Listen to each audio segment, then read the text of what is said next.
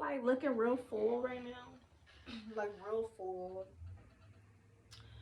And I'm just loving my hair. I've been really in love with my hair lately. I want to curl it, throw some rollers in it. So, welcome back to whatever this is. Whatever. This is whatever Huncio Don calls it. You know what I'm saying? I wanted to go over some scriptures. I don't know if I want to make this a series yet. I'm not for certain the way I want to do this, but I know that I have to try it out first. Sometimes I just have to like try stuff out and then see, then I'm able to see the vision a little bit more clear. But I want to dive into scripture. I want to dive into the verses of the Bible and the meanings behind it, and what our ancestors think of those meanings. What do our great ancestors think of these verses? You know what I'm saying? And some of the answers will be personal to my family lineage, and some of it will be just general. You know what I'm saying? The general thought of the diaspora, the collective, of the African collective. So today we're going to ask questions about the book of Exodus, chapter 20, verses 3 through 5. Thou shalt have no other gods before me. Thou shalt not make unto thee any graven image or any likeness of anything that is in heaven above, or that is in the earth beneath, or that is in the water under the earth. Thou shalt not bow down thyself to them, nor serve them. For I, the Lord thy God, am a jealous God, visiting the iniquity of the fathers upon the children, unto the third and fourth generation of them that hate me. So first of all, the generations that they're talking about,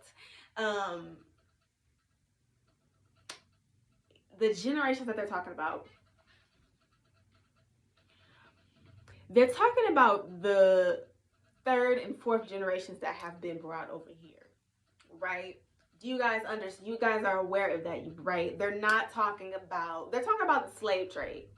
They're talking about the generations that hated those who forced our people, our ancestors, into these beliefs and understandings, and took away our natural power and who we were as a collective, a diaspora, right? So I want to ask the ancestors, what do they think about this verse? Because it's very much that is the livelihood of a Christian.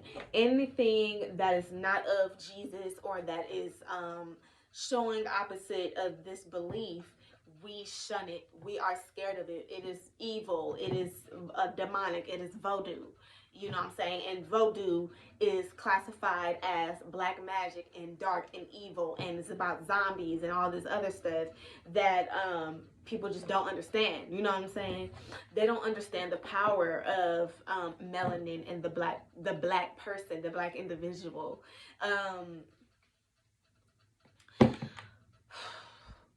And those gods and those deities, why did they make us stop? Why did they make us stop, believing in these deities? There was a reason for that. So, yeah, I'm going to use these archetype cards first about the verse. What do the ancestors feel about the verse as a whole? Us being told and instructed that we cannot worship any other deity, not even the God that they tell us to serve. We can't even make an image of that deity because of what?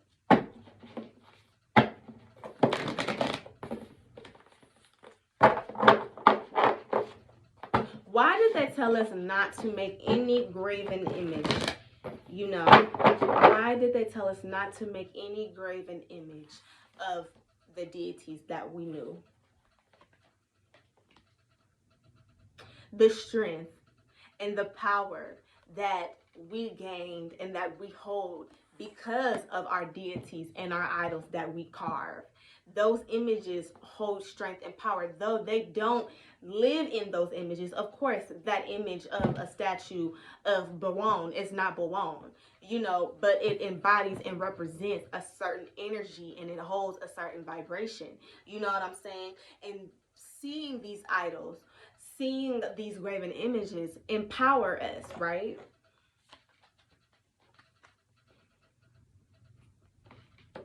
So with the Judge card, they wanted to confuse our judgment. When we are not concrete in our own spirituality and what our ancestors believed in, it messed up our judgment in the way that we judged right and wrong. You know what I'm saying? We cannot connect to our own spiritual beings and gods to tell us what was the truth, because the Loa does not play. These ancient spirits, these old spirits, ancient spirits, they do not play about evolving in spirituality and worship. They do not play. It's not the same as Christianity. So it was like our understanding for life was different. We began to adapt this other religion's personality and the way that we related to the earth and the world as a whole. You know what I'm saying?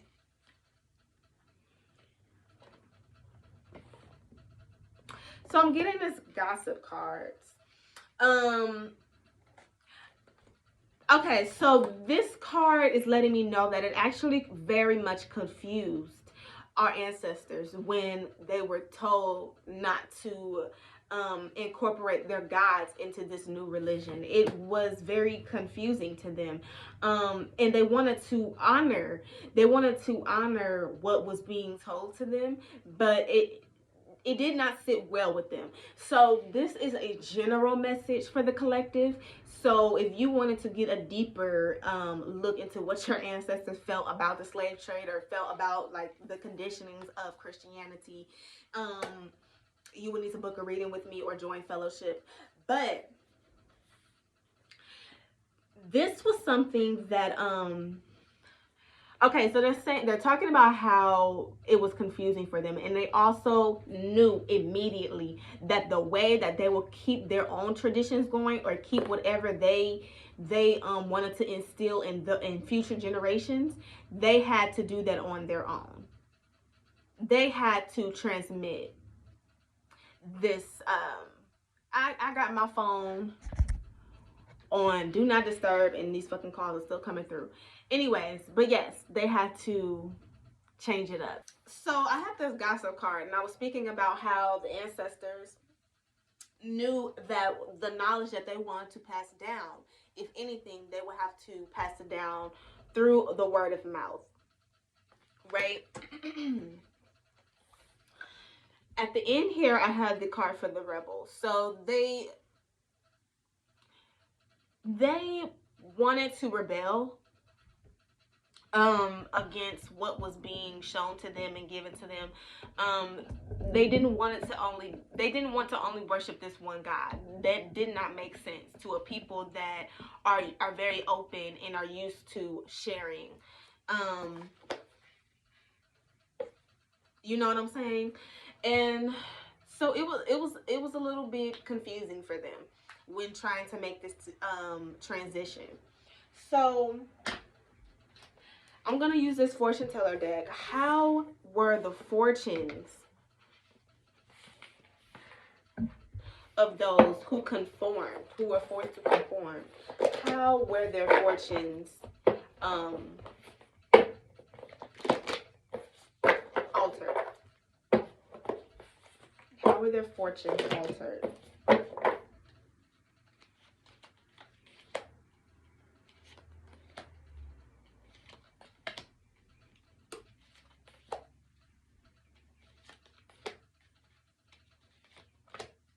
Y'all, I'm loving this shit so much.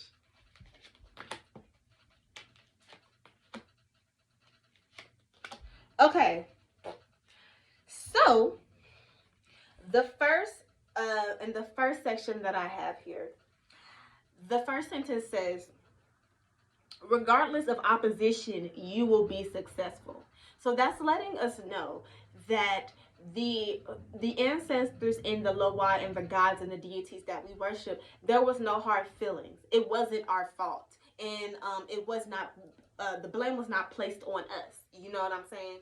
They let us know that we will be successful regardless. We still got free, and all of that other stuff. Not other stuff, but there's a lot of events that transpired. We did not stay in that bondage forever. You know what I'm saying? Or that form of bondage, shall I say. A reception where you will meet someone.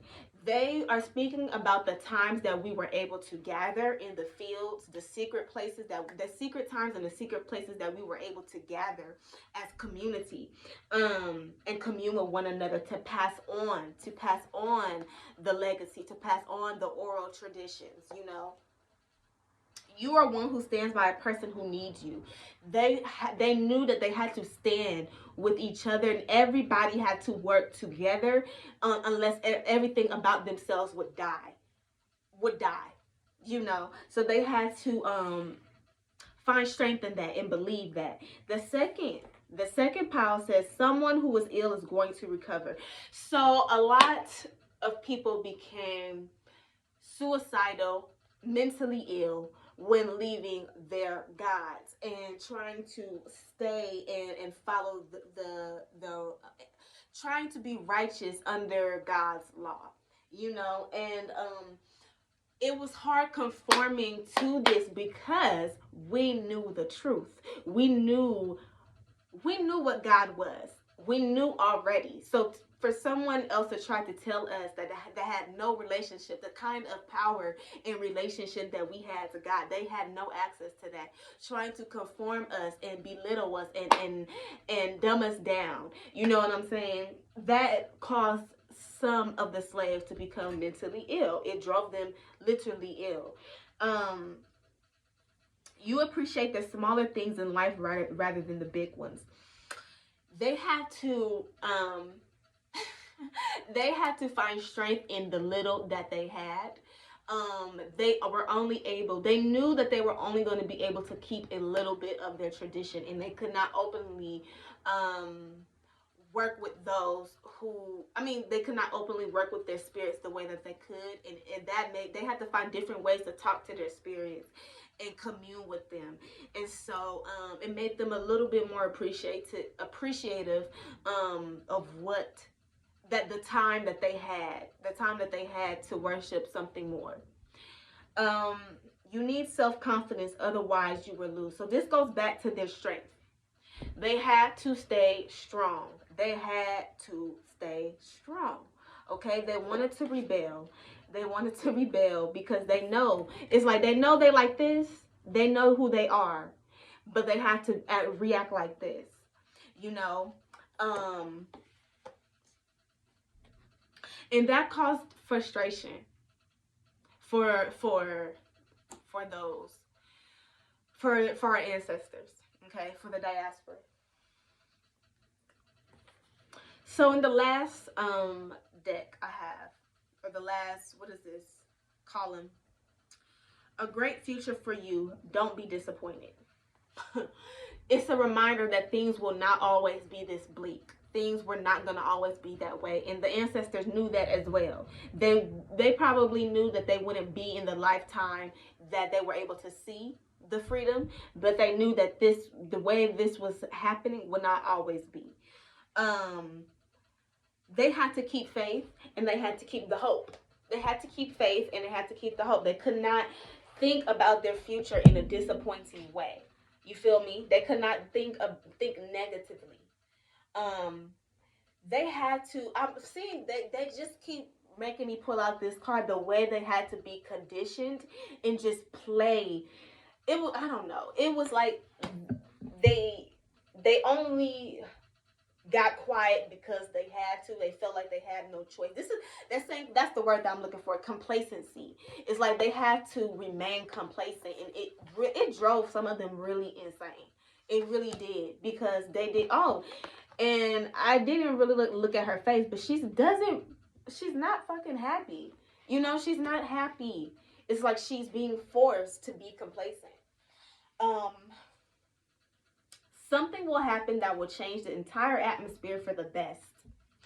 So they knew that there were better things coming, major things, big things, and they knew that our gods and our spirits wasn't gonna let it just sit, like just happen, and all be lost about who we are.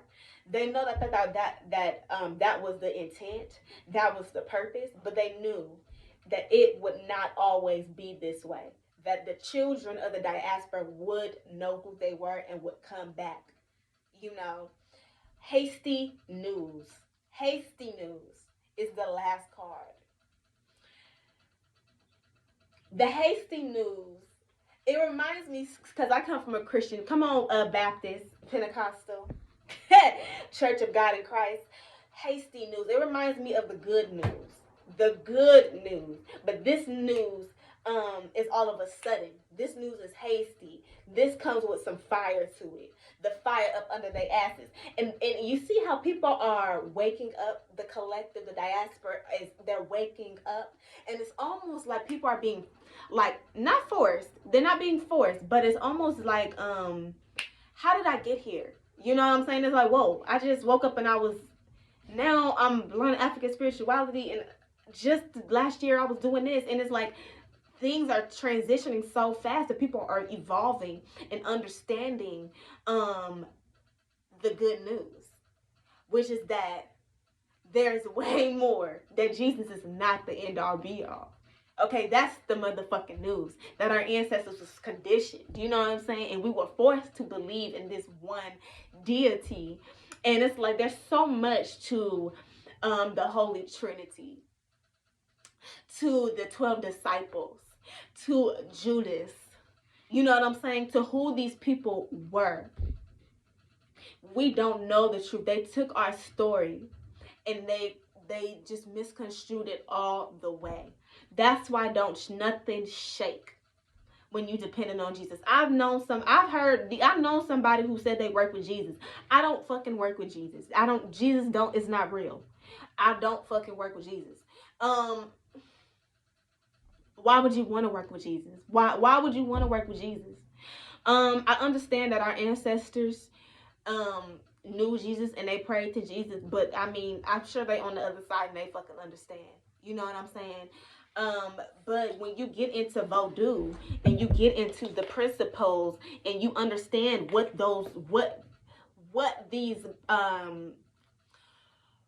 these rules and commandments stem from and what they truly mean, then you actually understand God and the Bible more, and why your ancestors were complacent, you know, or allowed themselves to be complacent, you know what I'm saying, for a long time.